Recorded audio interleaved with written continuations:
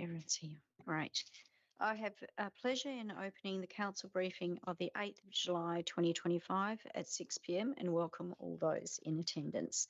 The City of Vincent would like to acknowledge the traditional owners of the land, the Whadjuk people of the Noongar Nation, and pay our respects to elders past and present, acknowledging that the City of Vincent has a role in working towards reconciliation and justice for First Nations people. I notice that everybody is here and I don't have any apologies for tonight, and no one obviously is on leave of absence. Sorry. So now I'm going to move to public question time. Can I please get an indication whether any members of the public wish to address the meeting? If you can just indicate. Okay. If it's your first time here, just all you need to do is you just come forward. Please say your name and state what suburb you're from. You don't have to give any other part of your address and which agenda item you wish to speak to. We do time to 3 minutes and you'll see the timing up on the screen right there. If you are wanting to say, please try to avoid repeating what other people have said, although feel free to say, I completely agree with what that person said if you wish to. If you don't want to appear on the live stream, please just let us know at the beginning of your remarks and we can turn the live stream off. A summary is going to be included in the agenda for next week, which is where the decisions get made, and also the answers to any questions that you might need to may have as well. So just come forward, please. Whoever wishes to speak, you just need to say your name, what suburb you're from. Thank you. And also, again, what agenda item. Yes. Well, that'll be the first ones we deal with too. Good evening. I'm Tanya Colley from Perth and I'm speaking to agenda item 5.2. I speak to the revised application for the proposed change of use from family daycare to childcare premises at 235 Brisbane Street, Perth. Notwithstanding the additional information provided by Mr. Cow, there are zoning and noise issues that remain unresolved that I wish to address. In relation to zoning objectives, the proposal introduces a commercial use into a residential area, which could set a precedent for further non-residential encroachment, thereby undermining the residential character and amenity of the locality. The proposal does not align with the desired future character of the area, which is intended to remain residential. The childcare and family daycare policy explicitly states that childcare premises in residential zones should be adjacent to other non-residential land uses, which is not the case here, as the subject site is surrounded entirely by residential properties, making it an unsuitable location. And approving a non-compliant development, despite clear policy conflict, risks eroding public trust in Council's ability to uphold its own planning framework, especially for those of us who rely on it to protect the character of our neighbourhood. In relation to noise impacts, the childcare and family daycare policy also requires external play spaces to be located away from adjoining noise-sensitive land uses. The outdoor play area is directly adjacent to the outdoor living area of 231 Brisbane Street and other residential properties, which are highly sensitive to noise. The mitigation measures proposed, such as limiting outdoor play to 2 one-hour sessions, may reduce but not eliminate noise impacts. Unlike a family daycare, which operates informally, the structured nature of a childcare premise could result in more consistent noise throughout the day, affecting the amenity of neighbouring properties. While the acoustic report claims compliance with the Environmental Protection Noise Regulations of 1997, it relies heavily on operational measures that are difficult to enforce, such as redirecting noisy children indoors. This creates uncertainty about the effectiveness of noise management in practice. It's not realistic to expect staff to consistently manage noise by moving children indoors. Children's behaviour can't be controlled to that extent, and relying on this day-to-day is simply not practical. For residents, the proposal brings not just noise or inconvenience, it challenges our ability to enjoy a peaceful home environment. The loss of calm, privacy and routine creates stress that can't be resolved with mitigation plans. For these reasons and other grounds that will be presented to you tonight, refusal of the application is justified. Thank you. Would anyone else like to address the meeting? You just need to come forward when you're ready. Good evening, councillors. My name is Matt Dowell and I am at 217 Brisbane Street in Perth. I also speak to the revised application for the proposed change of use from family daycare to childcare premise at 235 Brisbane Street in Perth. Notwithstanding the additional information provided by Mr Cow and beyond the zoning and noise issue that Tanya Colley has raised, there are traffic and parking concerns as well as National Construction Code compliance matters that I wish to address. In relation to traffic and parking concerns, the staggered drop-off and pick-up times may reduce congestion, but do not eliminate the additional traffic movements generated by the proposal. As Council is aware, Brisbane Street already experiences high traffic volumes, with the City of Vincent currently conducting a traffic survey with suggested traffic calming measures to be implemented, and the proposal would only exacerbate this issue. The car parking arrangement, including sightline issues, poses risks to the pedestrian and vehicle safety. The proposed modifications to improve sightlines are reactive rather than proactive, highlighting the inherent unsuitability of the site for this use. In relation to the National Construction Code compliance, in the executive summary, Council's administration states no works to the existing building are proposed in this application.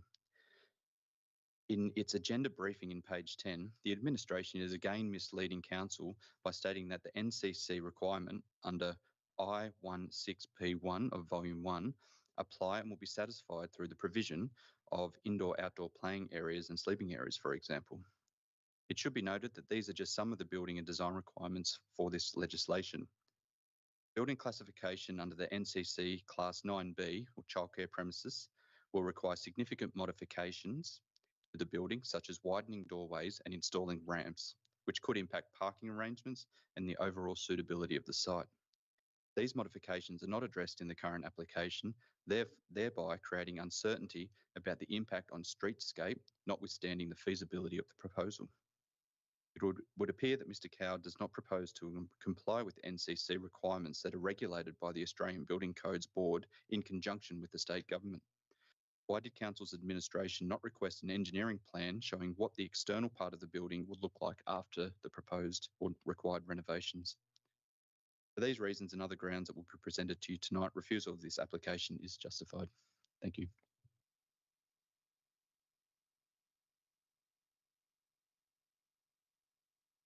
Good evening. I'm Gary Simmons from Mr. Simmons, I've actually got you down to do a delegation later, so I can. That's a separate section. So I could do that now if you like, or I can. No, I'll call you later when we have the formal delegation. Is that okay?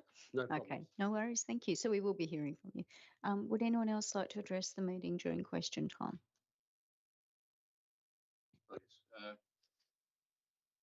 Robert Bowe, 232 Brisbane Street.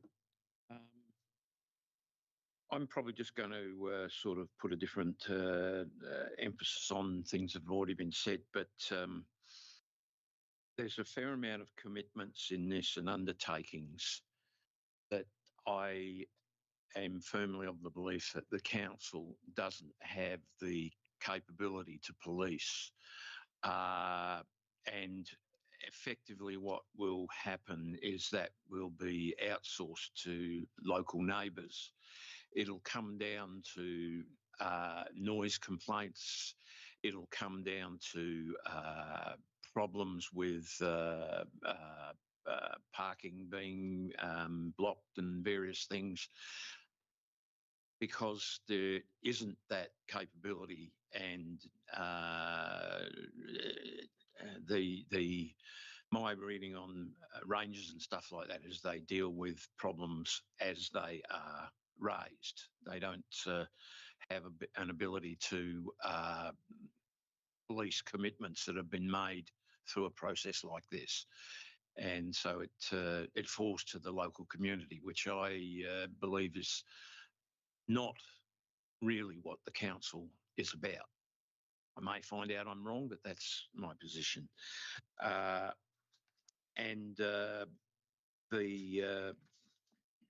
The traffic thing is, I'm somewhat concerned about the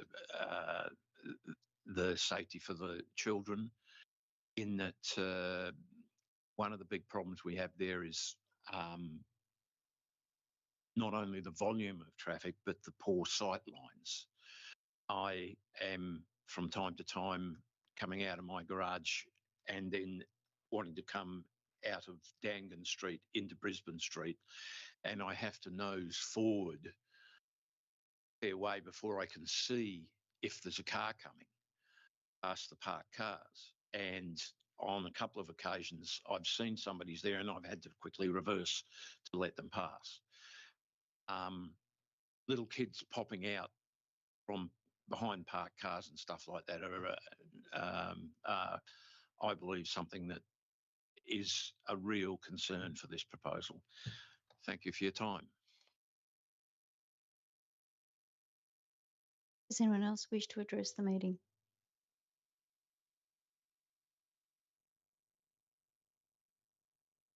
Good evening, councillors. Thank you for the opportunity to speak. So I do recall bringing this up last year. Sorry, you just need to say your name and suburb. Sorry, Mayor, my name is Michael Kao. I'm from 235 Brisbane Street, Perth. So I guess just wanted to summarise. So the application is really for a change of use. My wife and I, or my wife has been operating this centre since 2018. We don't propose any increase in children. We believe that there isn't going to be any change of impact. We have, in good faith, worked very closely with the City of Vincent to address the concerns that have been raised by neighbours and the city. In response to the policies that are provided, we meet the parking requirements. We're going to install bicycle bays.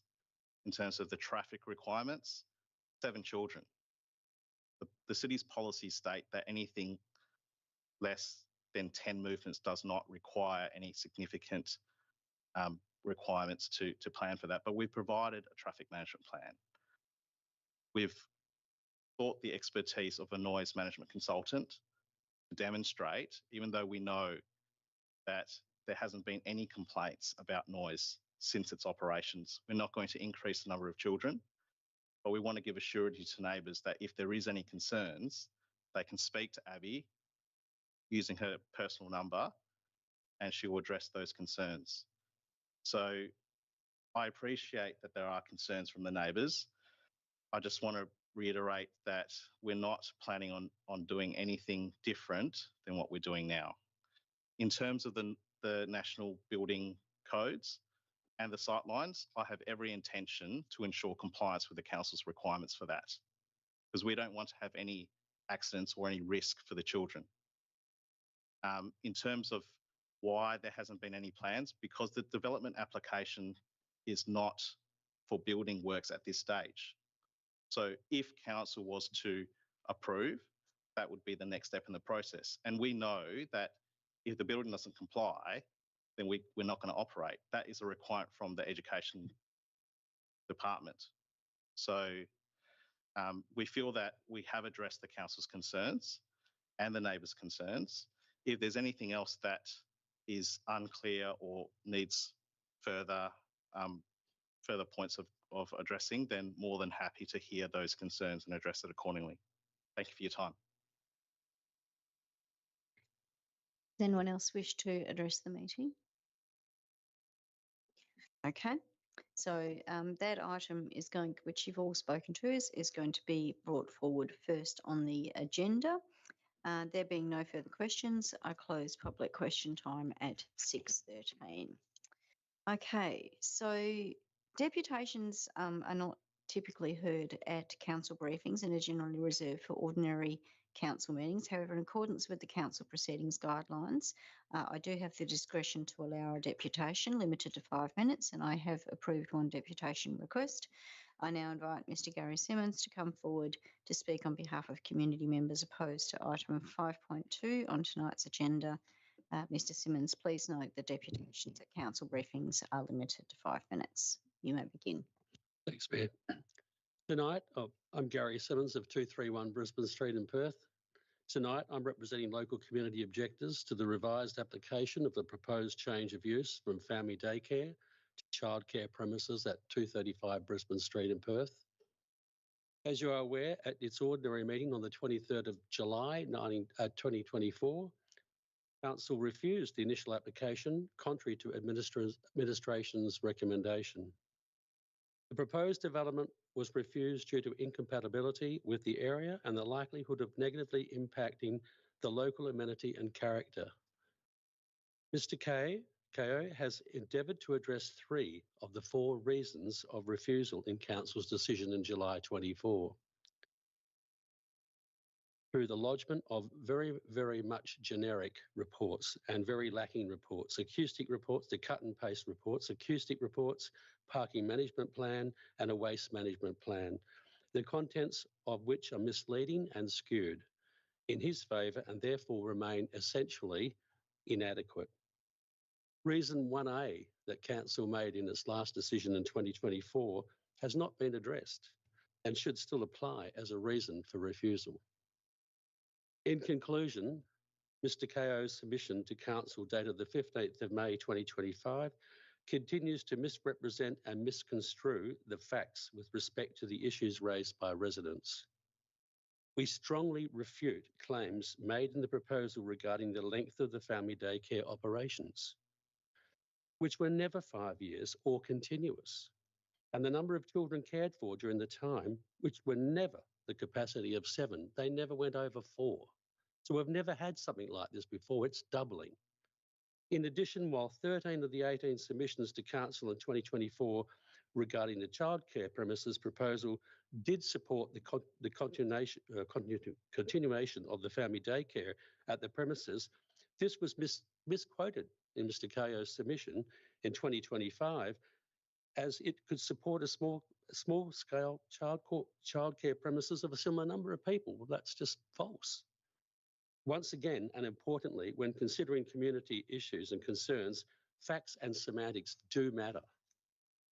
The twists of the truth certainly do matter. Trust, honesty, integrity are called into question here, all of which are vital if communities and commercial concerns are to exist in harmony.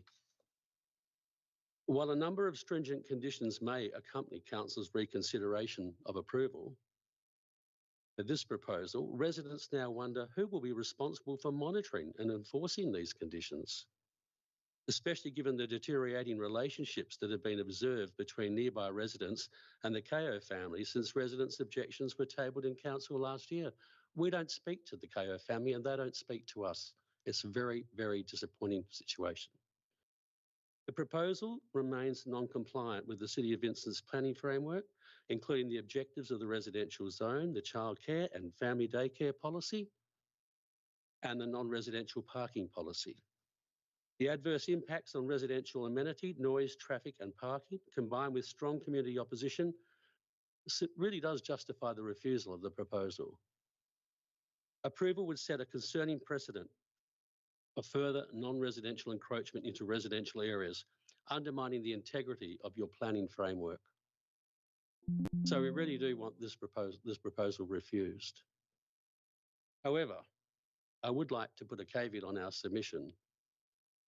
Should an outcome other than refusal occur, that is, Council believes that this proposal has to or must go ahead, for whatever reasons, then in addition to the 9 proposed conditions, I strongly recommend a further condition be formulated to ensure that this commercial business is contained to just what they are proposing it to be, a low-key 7-child play centre. That is, with management and approval only available to Mr. Kao and is not transferable to any third party and does not run with the land in the event of any future sale of the property.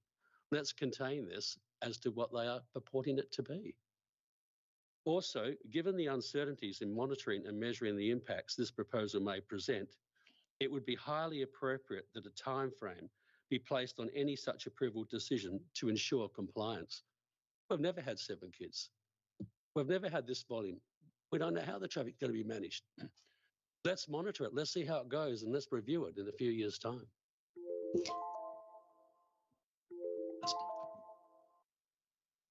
Thank you very much and well done for sticking to time. Okay, so Governance Manager, have any statements been received? Through you, Mayor Simon, we have received no statements. Okay, CEO, have you received, Acting CEO, received any declarations of interest?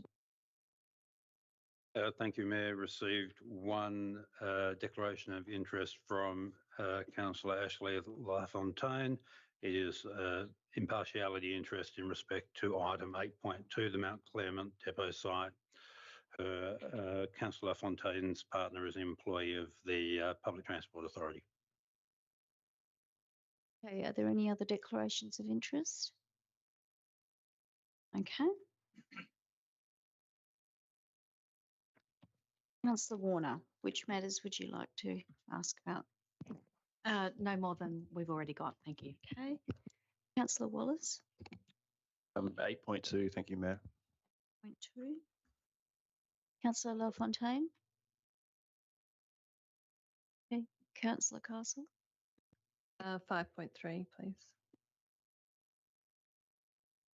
Councillor Ferrier, Councillor Alexander, Councillor Wolf, 6.1, please. Thank you. Councillor Hallett. Okay. I had 5.3, which Councillor Castle's put down. Okay, so I'm going to move straight to item 5.2. Brisbane Street, Perth, change of use from family daycare to childcare premises. Section 31 reconsideration. Councillor Wolf. Thank you, Mayor, and thank you to everybody who came to share their views tonight. I was just hoping to please pick up on a couple of questions raised in the public gallery. Firstly, wondering if there's been any consideration of a time-limited approval or otherwise an approval that's limited to one operator, if that's possible. Thank you. Mayor Simon. So under the planning framework, any approvals would run with the land, so it wouldn't be possible to tie that to a particular operator. Time-limited approvals are a mechanism that can be used, typically used where it's testing a land use in a setting which may rely on management measures or where the area might experience some change to see whether that particular use would have an impact, acceptable or otherwise, on the residential amenity.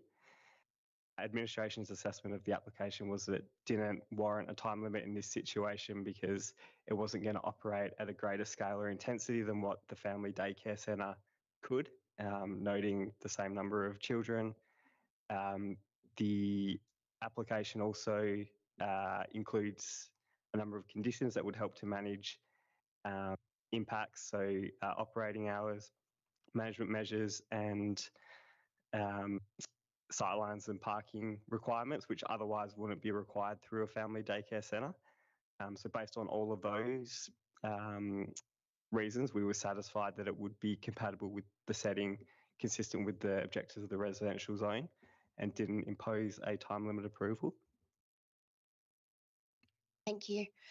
We heard from our first speaker tonight about concerns that some of the measures being proposed around noise and parking are perhaps not so realistic in terms of how implementable they are. One being bringing in noisy children and taking them inside. I'm wondering if there are any comments around that. Another example, I think, on that one was the 15-minute staggering the parking for anybody getting children ready in the morning. I think there's an awareness that children are pretty unpredictable. You can peel their banana wrong and then suddenly everybody's late for work that day. So any comments that we have around how practical it is to implement these measures, given that they rely largely on children? Thanks. So with that example where the P&P talks about the 15-minute staggering, the P&P doesn't address what would happen in that situation. Administration would expect that the parents would liaise with the operator and find a alternative solution, but would hope that it's a relatively rare occurrence given the induction process that would occur. I suppose more generally around the management measures, particularly around noise, it's probably important to separate that there's two bits of documentation that are being provided with the application, an acoustic report and a noise management plan. So the acoustic report assesses the impact of noise against the assigned levels of the noise regulations, and that confirms that those assigned levels would be met subject to measures which are, I suppose, more physical based. So That talks about limiting outdoor activities to daytime hours and being able to, I suppose, bring the children inside if they are upset and crying loudly as mine does. The noise management plan, I suppose, is over and above what the acoustic report talks to. So compliance with the noise regulations doesn't rely on the noise management plan measures, which is more behavioural based. The noise management plan gives out clear strategies that the operator would use to try to manage behaviour, and that talks around monitoring play activities, encouraging children to be quiet, and the use of particular toys. But I suppose I'd bring it back to that point where that is sort of over and above and isn't relied on to get to achieving the noise regulations. Thank you very much. The last one from me and in the briefing notes is fine. I was just wondering if there'd been any consideration of deliveries, such as early morning deliveries for the children's food for the day, and whether or not there'd be any impact on noise and traffic. Thanks. So there has some consideration about deliveries with the applicant. That is because the scale of how it's intended to operate would really be managed by the operator themselves. So they would be bringing the supplies in for the most part and utilise the existing, the proposed staff parking bay on site to do that. In, I suppose, rare instances where extra deliveries would be needed, that would be expected to be managed throughout the day with the pickup drop-off bay that wouldn't be in use. Councillor Castle. Thank you, Mayor. Just to pick up on a couple of the questions from Councillor Wolf, in regards to the time-limited option, you talked about that not being considered that there's a greater impact of this application compared to the current operation. But we have heard from the gallery that although it is currently exempt from approval for 7 children as family daycare, that there haven't actually been 7 children on the property in that time.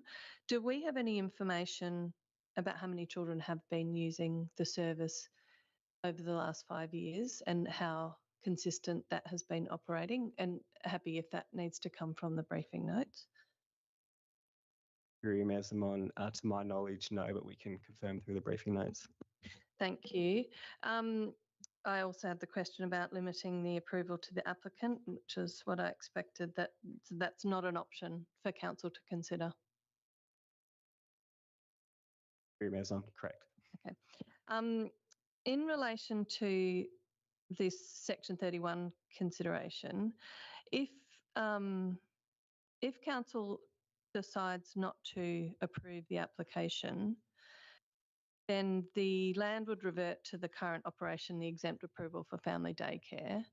Is there any scope for council to impose any conditions or restrictions on that operation? No. So if that scenario was to play out and the applicant reverted back to a family daycare centre, that's exempt from requiring approval by the city. So any ability to implement conditions around operating hours or parking or things like that would not exist. So there's effectively no conditions on that operation as it currently exists? Through Mesamon, yes, correct.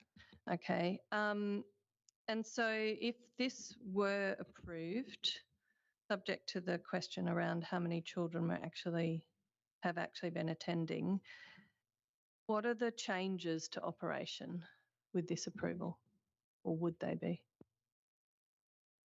Through Mesamon, I would suggest that would be effectively minimal from an outside perspective. The application is being driven by legislation around family daycare centres and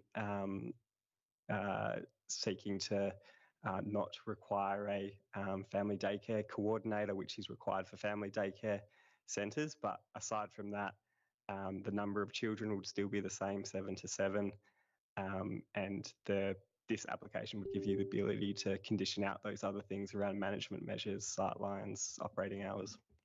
Thanks. That was my follow-up question. So If council were to consider this approval, does that give us the opportunity to impose some conditions that might be stricter than what's currently operating on the site? Through Mayor Zamon, yeah, that's correct. So administration has recommended a set of conditions that we believe would help to moderate the scale and intensity so that it is compatible with the residential zone, but it would be open to council to consider anything further if it needed to satisfy itself. Thanks. We also heard some concerns in the gallery around the setting of a precedent, and particularly given the requirements of the childcare policy for adjacent to commercial operations. How would this approval, if it's granted, impact any future applications in the area? Through Mayor Zamon, every application would effectively be assessed on its merits against the standards and the objectives of the policy. So this wouldn't necessarily set a precedence for anything else. I know its title is a childcare premise, but it is 7 children. So part of the conditions would be around limiting the number of kids to that number. In my time in the city, I haven't seen any childcare premises that's operated smaller. So I think when you're talking more fully fledged commercial childcare premises, you're talking about larger numbers. They would have greater amenity impacts that would need to be considered in their own context and in their own right. In relation to the objectives of the childcare policy, it does seek to ensure that these services are based in locations that are adjacent or complementary to other non-residential land uses, but it also talks to avoiding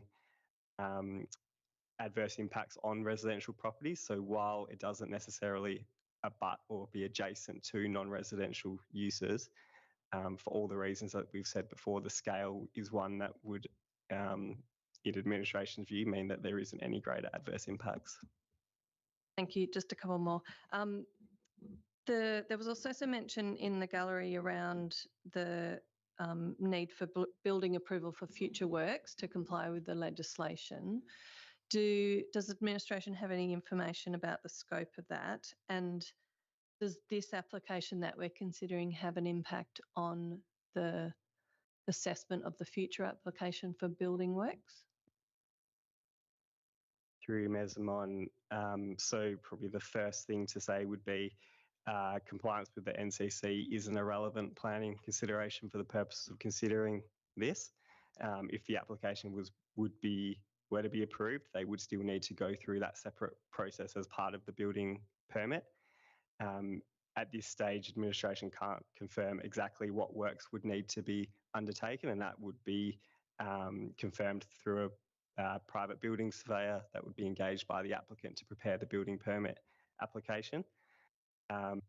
Once that is confirmed and known, they would submit for the building permit. If there were to be external works required, that would likely require a DA as well. So that would provide a framework for the city to assess what an impact on the streetscape could be if it is in that sort of location. But otherwise, it would go through that building permit process, and that's really independent of the DA.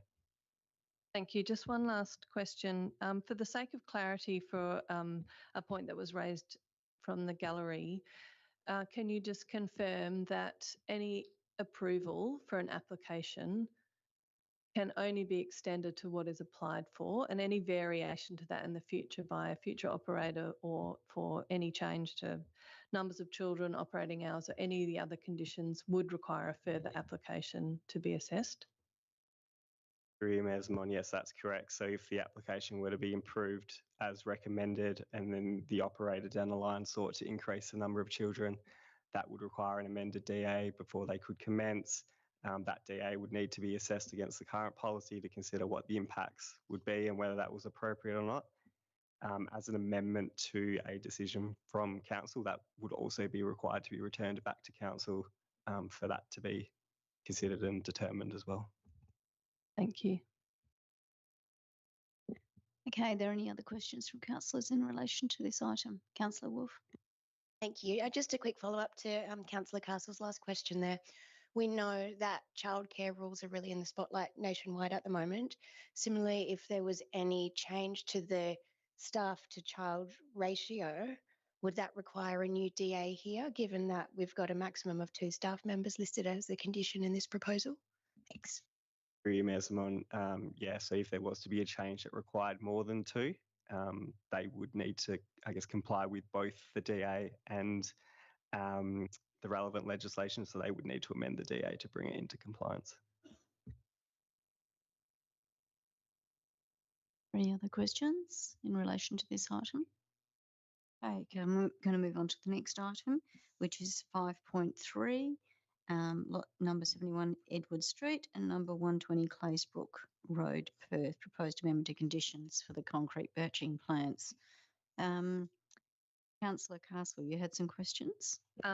Thank you, Mayor. Just a quick one. I'm just wondering if we can have some commentary on how the recent decision of SAT interplays with this particular item. Apologies if you've emailed me about this and I haven't seen it. Yeah, through Mesmon, we have emailed you. We can add that to the report if you like. There's probably not huge implications for this report at this stage. Are there any other questions in relation to this item? I have a question. Is there a reason why we wouldn't put down as part of potential resolution from council a request for compulsory acquisition from the state government of both of these sites? No. Okay, can I please ask for the briefing papers for next week that we also incorporate the potential for a position from the council asking for compulsory acquisition of the sites? Yes, through Mesmon, we haven't considered that, so we'll consider that and include it in the briefing notes and update the report. Thank you. Are there any other questions in relation to this item? Okay, so I'm going to move on to the next item, which is 6.1, repeal of policy number 226, truncations. Councillor Wolf, you had some questions. Thank you, Mayor. Just one for me on this one, please. I'm just wondering if we're going to be left with a bit of a gap by repealing this policy before updating the built form policy. Thank you, Mayor. I don't believe that the policy provisions in here are necessarily something that drives some of Council provides the guidelines on what they would like. We'd expect that those conditions would continue to be applied in any further DAs in the place of and up till when the built form policy is changed. So that is the intention. Are there any further questions in relation to this item? Okay, so I'll move on to item 8.2.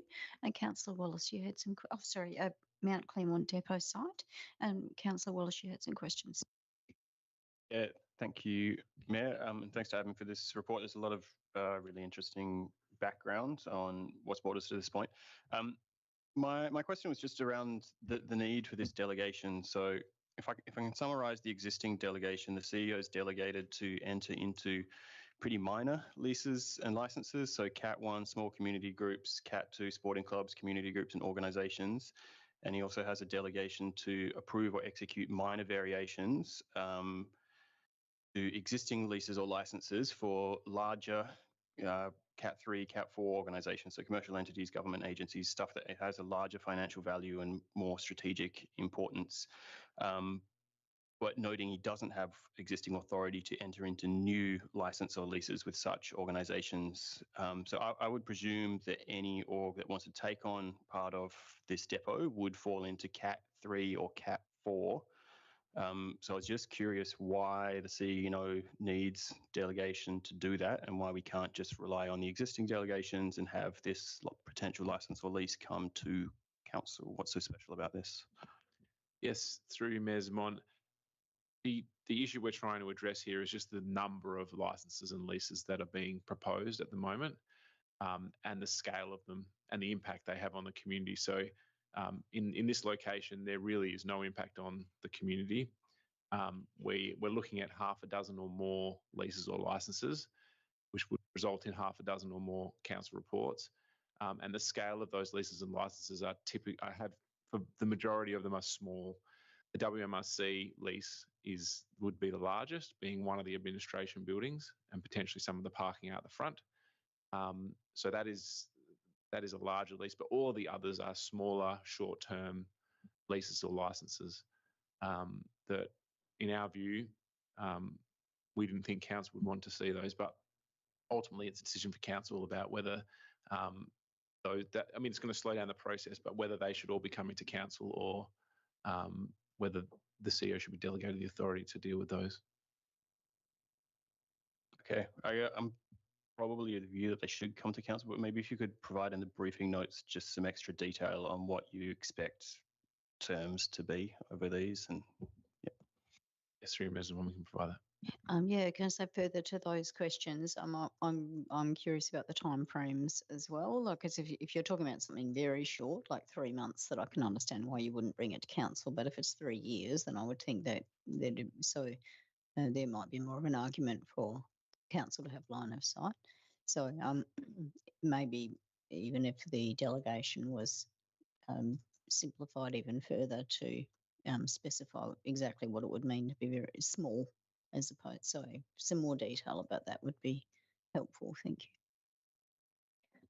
That's a good idea. Sorry, I jumped in. I think that's a good idea, Mayor Zaman, if it was qualified a little bit more than it currently is, the wording of the delegation. So we'll see what's being proposed. Are there any other? Councillor Wolf, sorry. Thank you, Ms. Mona. Just one quick question. What happens if the ACCC does not approve the acquisition and Heidelberg comes back and says that they do want to use the Osborne Park depot again? Thank you.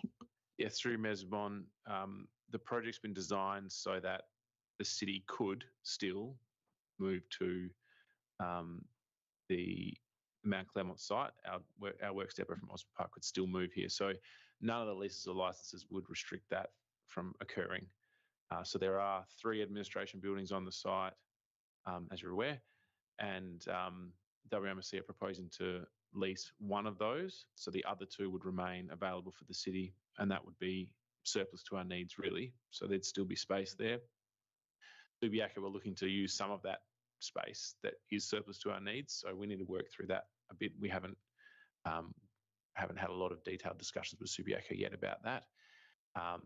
The use of the hard stand area is temporary in nature, so 12 months is the longest period of time that PTA, City of Perth, and the current waste providers have been discussing at the moment, just temporary uses while they transition their fleet, or they storing material while they roll out their FOGO in the case of the City of Perth.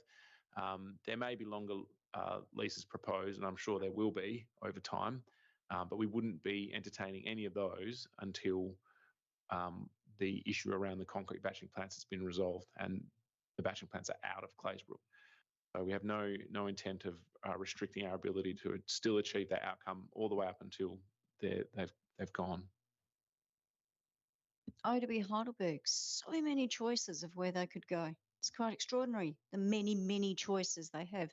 Anyone got any further questions about any of this item? Okay. All right. Well, in that case, I thank the public and live stream viewers, and I close the meeting at 6:43. Thank you.